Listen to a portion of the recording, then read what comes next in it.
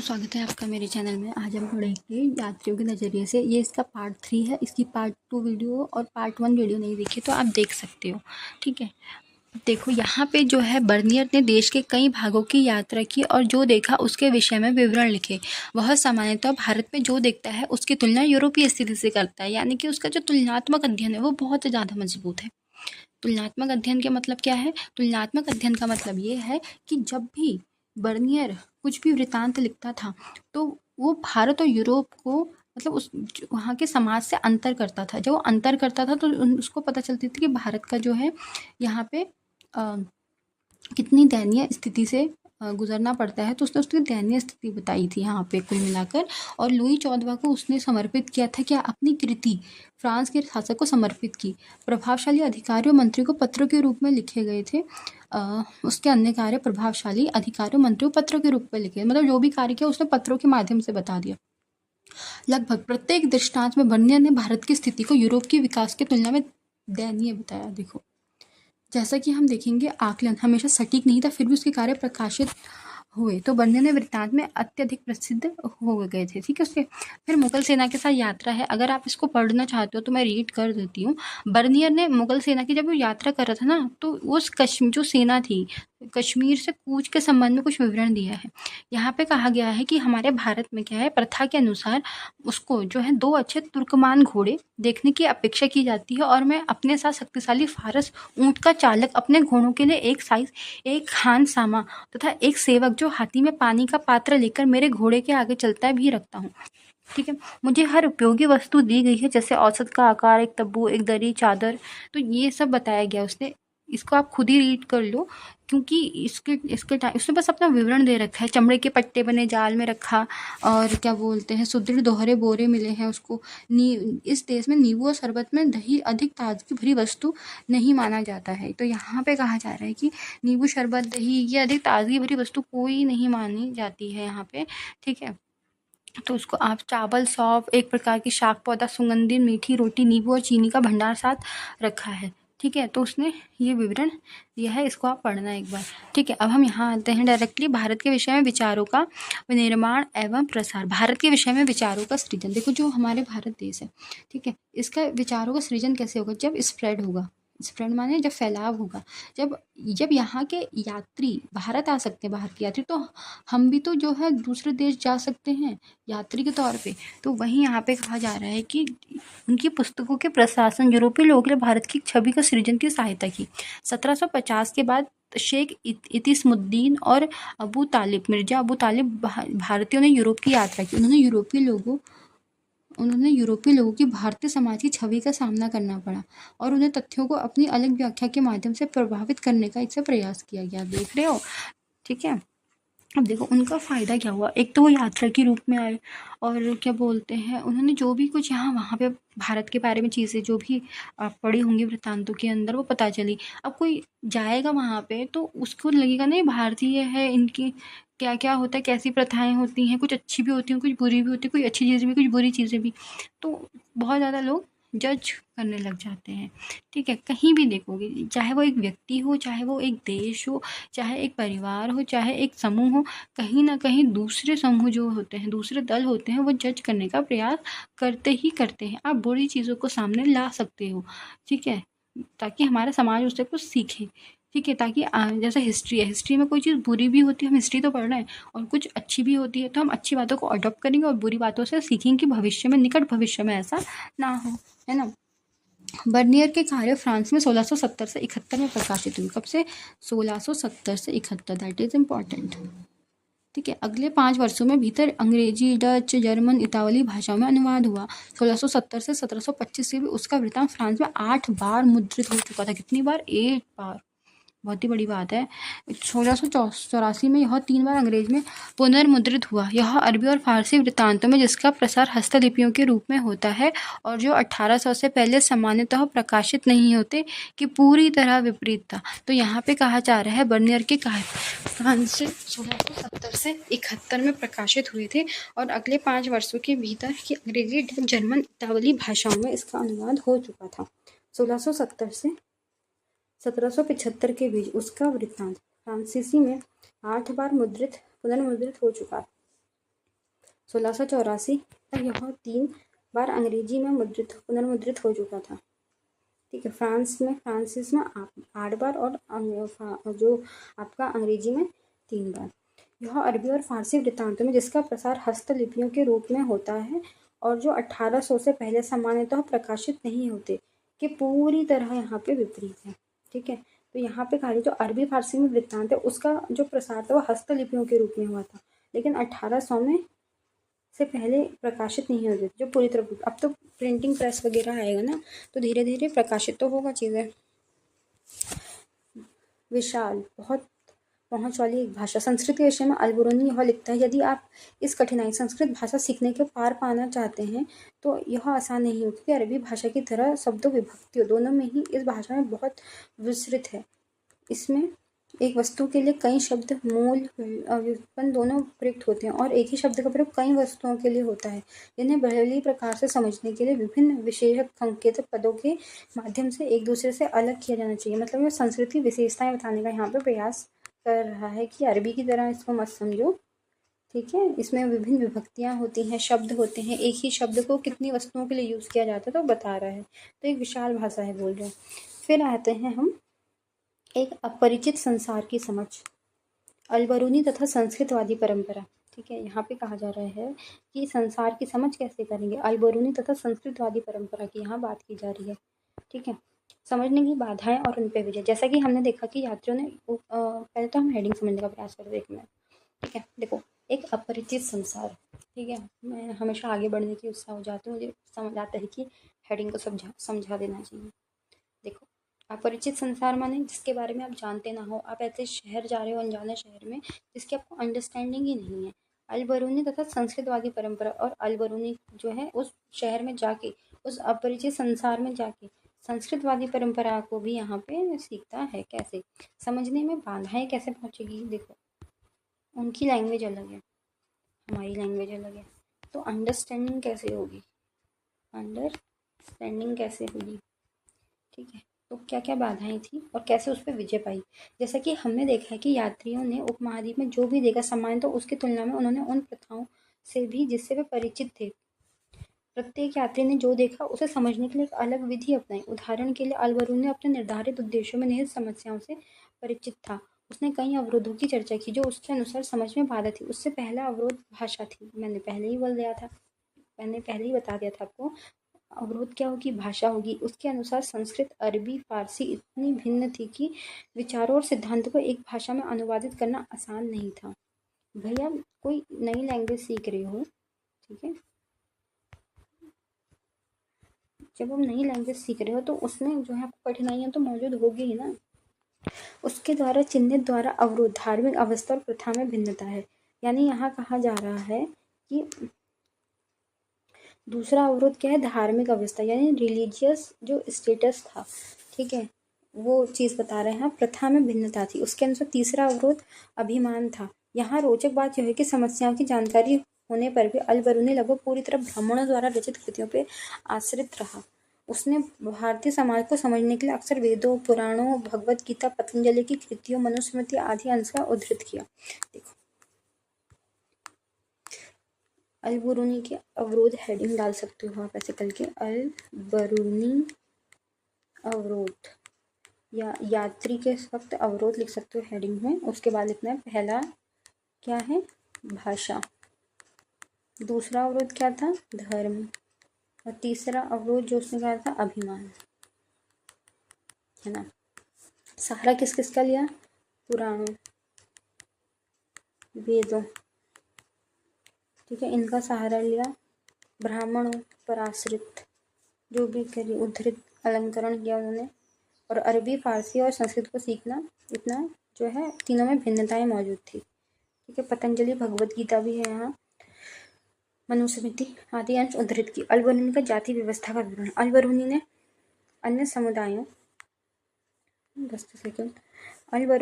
अन्य समुदायों प्रतिरूपों को खोज के माध्यम से जाति व्यवस्था को समझने में व्याख्या करने का प्रयास किया। तो यहाँ पे कहा जा रहा है कि अलबरूनी ने क्या किया, अन्य समुदायों के प्रतिरूप की खोज के माध्यम से जाति व्यवस्था को अंडरस्टैंड करने का यहाँ पे एक प्रयास किया। उसने लिखा कि प्राचीन फारस में 4 सामाजिक वर्गों को मान्यता थी। पारस की बात करें, घुड़सवार और शासक वर्ग, भिक्षु, अनुष्ठानिक पुरोहित तथा चिकित्सक, खगोलशास्त्री तथा अन्य वैज्ञानिकों में अंत में कृषक तथा शिल्पकार थे। तो यहाँ पे सबसे पहला क्या है, घुड़सवार और शासक वर्ग।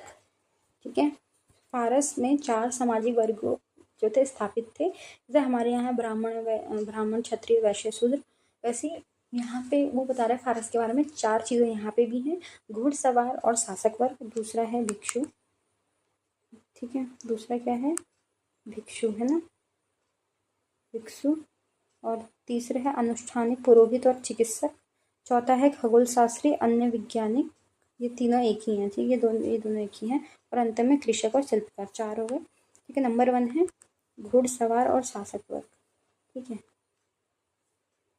और नंबर 2 है भिक्षु, नंबर 3 है अनुष्ठानिक पुरोहित, चिकित्सक, खगोल शास्त्री और अन्य वैज्ञानिक, और चौथा है अंत में कृषक और शिल्पकार। ये 4 हैं।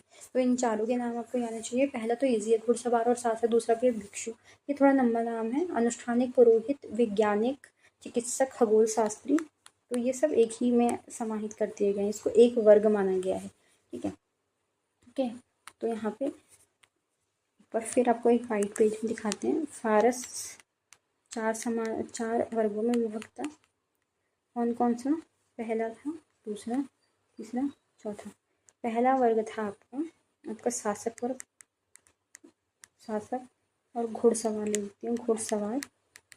दूसरा इजी था भिक्षु। तीसरा है आपका खगोल शास्त्री, यहाँ बहुत से हैं, चिकित्सक, पुरोहित, यहाँ पर अलग से लिख देती हूँ, तीसरा चिकित्सक, पुरोहित,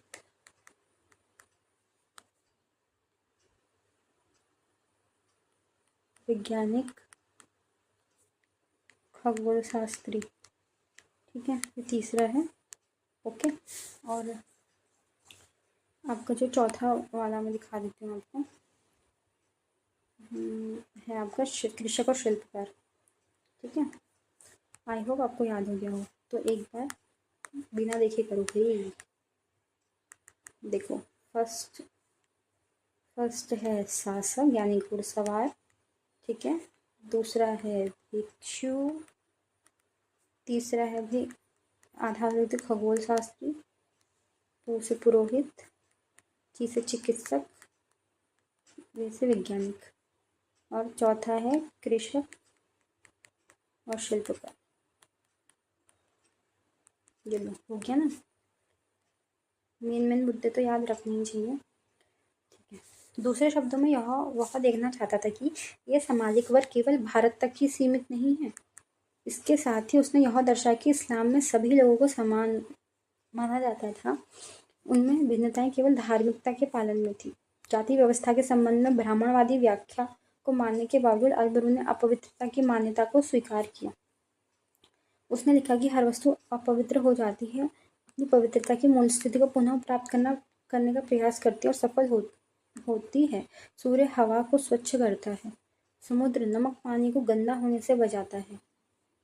अल-बरूनी जोर देकर कहता है, यहाँ पे कह रहे सूरज, जो सूर्य है हवा को स्वच्छ करता है और समुद्र नमक वाले पानी को गंदा होने से बचाता है। अल-बरूनी जोर देकर कि यदि ऐसा नहीं होता तो पृथ्वी पर जीवन ही असंभव होता। उसके अनुसार जाति व्यवस्था में सन्निहित अपवित्रता की अवधारणा प्रकृति के नियमों के विरुद्ध है। तो प्रकृति के नियमों के विरुद्ध होता है, ईश्वर ही जानता है। यात्री हमेशा उन्हें बताई गई बातों पर विश्वास नहीं करते। अल-बरूनी को जब ऐसी लकड़ी की मूर्ति की कहानी के बारे में पता चला कि तथाकथित रूप, ठीक है, 2,16,432 वर्षों के अस्तित्व में रही, तो पूछता है फिर लकड़ी इतने लंबे समय तक अस्तित्व में कैसे रही होगी, विशेष रूप से ऐसे स्थान पर जहाँ हवा और मिट्टी काफ़ी आर्द्र होती है। ईश्वर ही जानता है। वर्ण व्यवस्था, अल-बरूनी ने वर्ण व्यवस्था का उल्लेख किया। सबसे ऊंची जाति ब्राह्मण की थी।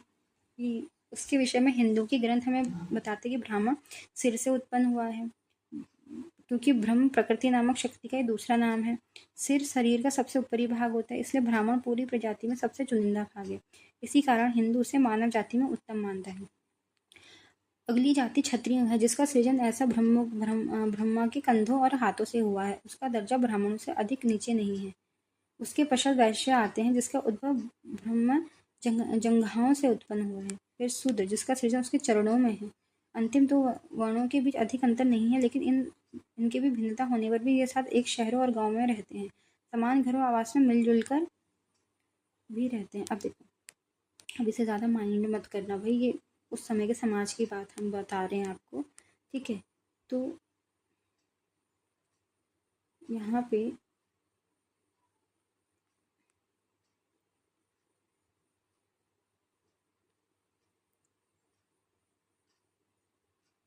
अब इस कार्टून को भाई मजाक मत उड़ाना, मेरी ड्राइंग बहुत ख़राब है।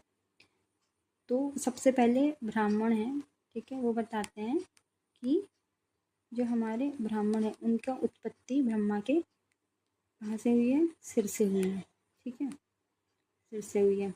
ये है जंघाएं, ये जो कंधे हैं इससे क्षत्रिय का जन्म हुआ है, ठीक है। ये जो जंघा है, जंघा के माध्यम से वैश्य उत्पन्न हुए हैं। और ये जो पैर हैं, ठीक है, इन पैरों में शूद्र यानी चरणों में सेवा करने के लिए उनको बनाया गया है, ऐसा माना जाता है, ठीक है। तो ये एक मिथ है, ठीक है, ऐसा कुछ मानना नहीं है और मानना भी नहीं चाहिए, ठीक है। ये सिर्फ एक उस समय की एक समझ लो एक भावना है, या हम कह सकते हैं एक अच्छी भावना नहीं है, मतलब कि आप किसी भी वर्ग को उच्च बना रहे हो और कौन वर्ग नीचा है, ये नहीं। लोग अपने कर्मों से श्रेष्ठ होते हैं, अपनी सोच से, अच्छी सोच से निर्मित होके ही एक अच्छे मनुष्य वही ऊंचा होता है जो अच्छी सोच रखता है, ठीक है। अच्छी सोच का मतलब है कोई दूसरों का बुरा नहीं चाहता है, या फिर कोई हम लॉजिक लगाने का प्रयास करें। एक जो आप ये सब एसएसटी पढ़ते हो, ये एक लॉजिकल थिंकिंग आपके डेवलप करता है। जब हम एथिक्स पढ़ेंगे तो एथिक्स में हमको यही सिखाया जाता है, ठीक है। एक अच्छा अधिकारी कैसे बने, एक अधिकारी क्या, एक अच्छा डॉक्टर, एक अच्छा जो है आपका इंजीनियर, एक अच्छा जो भी वर्ग है शामिल है जो काम के लिए बने हैं, वो कितने अच्छे से कर सकते हैं, ठीक है। हम यहाँ साइंटिफिक तौर पे वो तो साइंस के नज़रिए से हर चीज़ को देखते हैं, लेकिन एक अच्छी सोच के ज़रिए भी हमको देखना चाहते हैं। अगर सबसे अच्छा दर्जा किसी का होता है समाज में तो शायद वो डॉक्टर्स का ही होता है, क्योंकि वो भाई भगवान के स्थान पे, ईश्वर के स्थान पे आते हैं, क्योंकि हमको कैसे ठीक करना है इंसानों को, ठीक है, और किस प्रकार से वो ऑपरेशन वगैरह करते हैं। तो उनकी जो पढ़ाई होती है ना, वो किसी ईश्वरीय शक्ति के रूप में हम उसको देख सकते हैं। कोरोना का टाइम पे भी हम देख सकते हैं। तो एक हम जो है एक अधिकारी की तैयारी कर रहे हैं, तो हमको हर पर्सपेक्टिव से यहाँ पे सोचना पड़ता है, ठीक है। कोई डॉक्टर एक आईएएस की प्रोफेशन में आता है, आप देखते होगे कितने एग्जाम्पल्स हैं। जो इंजीनियर से जो है आपका अधिकारी में आता है, जो कोई डॉक्टर है वो डॉक्टर से अधिकारी की तैयारी करता है। तो बहुत जो है डाइवर्स चीज़ें चाहते हैं वो भी, ऐसा नहीं है। तो इसीलिए हमको भी उनकी तरह एनालिटिकली वे में सोचना होगा, हमें उनकी तरह ही पढ़ना होगा कि वो किस तरीके से पढ़ते हैं, कैसा करते हैं, तभी हम भी कुछ कर सकते हैं, ठीक है। एक आर्ट्स का स्टूडेंट, एक साइंस का स्टूडेंट, एक कॉमर्स का स्टूडेंट, 3 स्ट्रीमों में आज तो बहुत सारी चीज़ें सीखने को मिल रही हैं।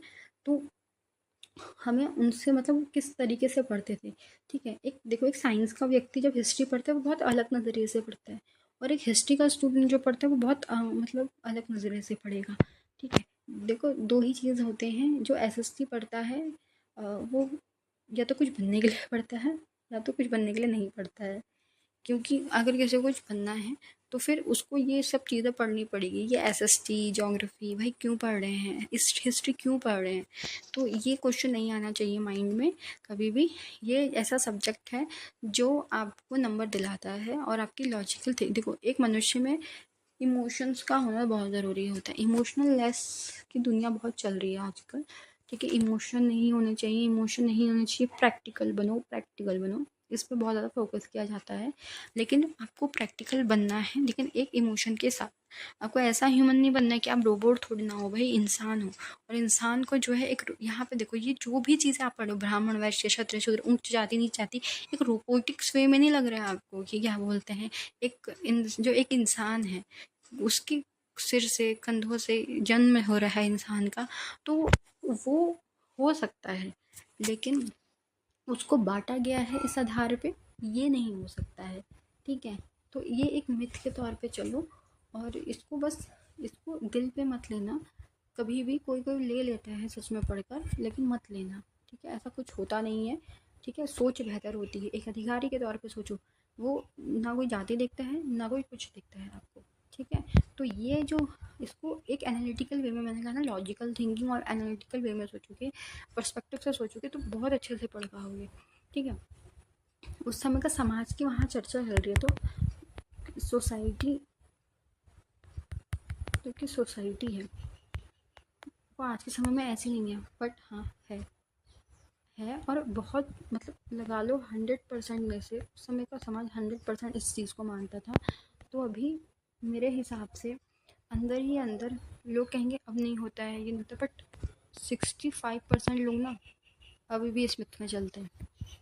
सच में, मैं अपने अनुसार बता रही हूँ, 65% लोग अभी भी इस थिंकिंग में चलते हैं, और 35% लोग शायद अभी भी उस लॉजिक में नहीं चलते, बट चलते हैं, मतलब, ठीक है, अंदर ही अंदर, क्योंकि पूछ नहीं सकते हैं, लेकिन होता है भाई, पीछे बोल देते हैं, ठीक है। आप ये पॉलिटिकल वे में जब आप पढ़ोगे इसको, तो इसको पॉलिटी के वे में पढ़ोगे जब आप, तो पता चलेगा आपको, ठीक है। तो इसको जो है पढ़ो और समझो, और एक सभ्य समाज की स्थापना करने का हमको यहाँ प्रयास करना है। इससे ये कंक्लूजन निकलता है। चलिए आगे बढ़ते हैं, इसमें टाइम हो गया बहुत ज़्यादा। जैसा कि हमने देखा कि जाति व्यवस्था के विषय में अल बरूनी का विवरण उसके नियामक संस्कृत ग्रंथों के अध्ययन से पूरी तरह से गहनता से प्रभावित था।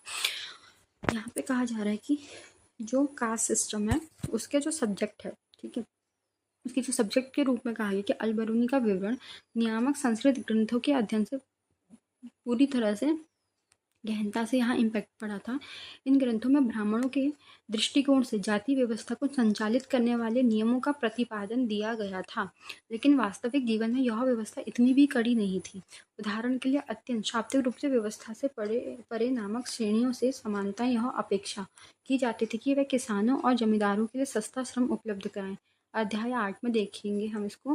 दूसरे शब्दों में, हालांकि ये अक्सर सामाजिक प्रताड़ना का शिकार होते थे, फिर भी उन्हें आर्थिक तंत्र में शामिल किया जाता। देखो, लोग तो चाहिए ना काम के लिए, चाहे वो किसी भी कास्ट से बिलोंग करता हो, ठीक है। जाति के अंदर उपजातियां भी आपको पता है, तो ये बहुत बड़ी लंबी चैन है, इसको ख़त्म करना इम्पॉसिबल तो है, लेकिन इतना भी ईजी नहीं है, ठीक है, समझ रहे हो। इसलिए तो हमारे भीमराव अम्बेडकर जी ने जाति व्यवस्था के खिलाफ बहुत जो है लड़ा, लेकिन लास्ट में उन्होंने क्या किया, बुद्धिज़्म को अपना लिया, और उनके पीछे पीछे उनके जितने भी फॉलोअर्स थे उन्होंने भी बुद्धिज़्म अपना लिया। क्यों? क्योंकि वो कहीं ना कहीं हमारा इतना धर्म इतना अच्छा होने के बावजूद भी उसमें जो बुराइयां थी ना वो ज़्यादा प्रबल हो जाती हैं कभी कभी, तो इस वजह से भी हम यहाँ पे देख सकते हैं, ठीक है।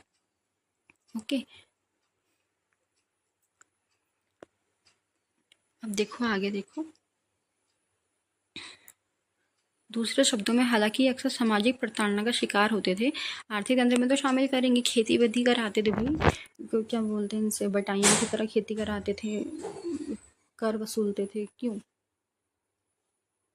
क्योंकि ये केवल और केवल शोषण के लिए बनाई गई चीज़ें होती हैं, ठीक है। किसके लिए? शोषण के लिए चीज़ें होती हैं ये सब, और कुछ नहीं, शोषण का तरीका होता है ये। इब्न बतूता तथा अनजाने को जानने की उत्कंठा। यहाँ पे बड़ी अच्छी हेडिंग बना रखी है कि अनजाने को जानने की उत्कंठा, मतलब कुछ चीज़ जो आप जानते नहीं हो उसके जानने की जो उत्सुकता है वो यहाँ पे प्रस्तुत की जा रही है। तो 14वीं शताब्दी की बात है कि कब आया था भाई इब्न बतूता, हमने पहले ही पढ़ चुका है कि वो 14वीं शताब्दी में आया था, ठीक है, बताई है आपको। तो दिल्ली आया था। उस समय पूरा उपमहाद्वीप एक वैश्विक संचार तंत्र का हिस्सा बन चुका था, जो पूरे पूर्व में चीन से लेकर पश्चिम में उत्तर पश्चिम अफ्रीका तथा यूरोप तक फैला हुआ था। तो यहाँ पे कहा जा रहा है कि उस समय की बात है, पूरा उपमहाद्वीप एक वैश्विक संचार तंत्र का हिस्सा था, जो पूर्व में चीन से लेकर पश्चिम में उत्तर पश्चिम अफ्रीका तथा यूरोप तक फैला हुआ था। ओके। तो 14वीं शताब्दी की बात है, दिल्ली आया था।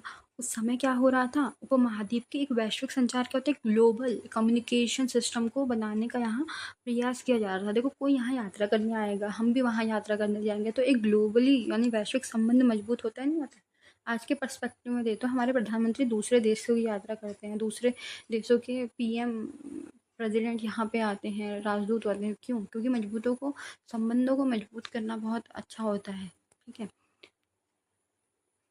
जब आज मैं करंट अफेयर पढ़ रही थी, तो एक करंट अफेयर ये था कि पहले भारत जो है ना बहुपक्षवादी समझौते को बहुत ज़्यादा बढ़ावा देता था, लेकिन अब वो द्विपक्षीयवादी समझौते को भी बढ़ावा देने की ओर अग्रसर हो रहा है।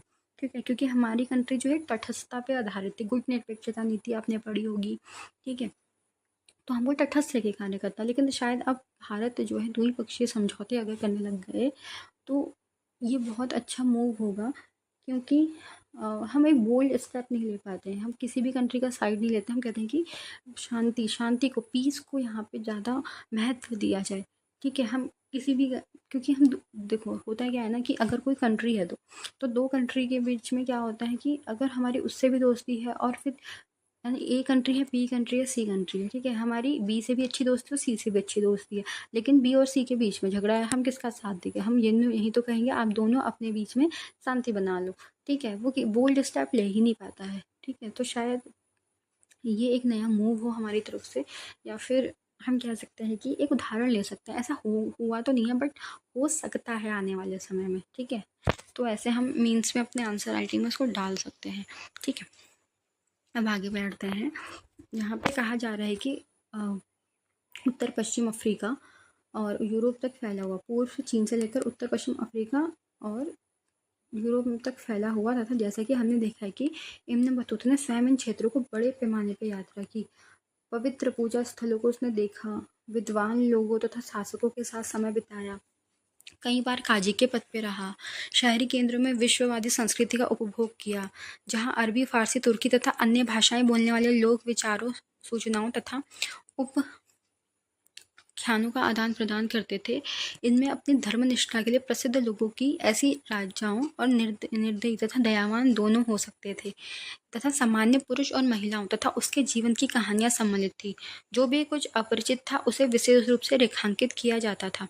ऐसा सुनिश्चित करने के लिए किया जाता था कि श्रोता अथवा पाठक सुदूर सुगम्य देशों के वृत्तांतों में पूरी तरह प्रभावित हो सके। तो यहाँ पे क्या कहा जा रहा है कि उसने पूजा स्थल देखे, विद्वान तथा शासकों के साथ समय बिताया, काजी के पद पे भी नियुक्त किया, संस्कृतियों का उपभोग किया, अरबी, फारसी, तुर्की, अन्य भाषाएं बोलने पर जो अपने थॉट्स थे, इंफॉर्मेशन थी, उसका आदान प्रदान कर दिया। ठीक है, उसमें धर्मनिष्ठा के लिए प्रसिद्ध लोगों की, जैसे राजाओं को दयावान, निर्दयी दोनों बताया उसने, महिलाओं की जीवनी कहानी भी बताई, तथा उसने अपरिचित तथा उसे विशेष रूप से रेखांकित किया गया कुछ अपरिचितों को। ऐसा कुछ सुनिश्चित करने के लिए किया जाता है कि श्रोता होता है जो सुनने वाला होता है, अथवा पाठक जो पढ़ने वाला होता है, सुदूर पर सुगम्य देशों के वृत्तांतों को पूरी तरह प्रभावित हो सके। तो उसने पूरी कोशिश की थी दूसरे देशों पे भी उसका प्रभाव पड़े। मानव सिर जैसे गिरीदार फल, नारियल का वर्णन करता है इब्न बतूता। हमने पहले ही चित्र देखा था पहले पेज में, नारियल और पान का। तो पहले नारियल का वर्णन यहाँ पे प्रस्तुत किया गया है। यह वृक्ष स्वरूप से सबसे अनोखे तथा प्रकृति में विस्मयकारी वृक्षों में से एक है। यह हूबहू खजूर के वृक्ष जैसा दिखते हैं, इनमें कोई अंतर नहीं है सिवाय एक अपवाद के। ये एक काष्ठफल प्राप्त होता है और दूसरे से खजूर। नारियल के वृक्ष का फल मानव सिर से मेल खाता है, क्योंकि इनमें भी मानव दो आगे तथा एक मुख है, और अंदर का भाग हरा होने पे मस्तिष्क जैसा दिखाई देता है, और इसमें जुड़ा रेशा बालों जैसा दिखाई देता है। वे इससे रस्सी बनाते हैं। लोहे की कीलों के प्रयोग के बजाय इनमें जहाज को सिलते हैं। वे इससे बर्तनों के लिए रस्सी भी बनाते हैं। पान, इब्न बतूता ने पान का वर्णन किया है। पान एक ऐसा वृक्ष है जिसमें अंगूर लता की तरह उगाया जाता है। पान का कोई फल नहीं होता और केवल इनकी पत्तियों के लिए उगाया जाता है। इसे प्रयोग करने की विधि यह है कि इसे खाने से पहले सुपारी ली जाती है।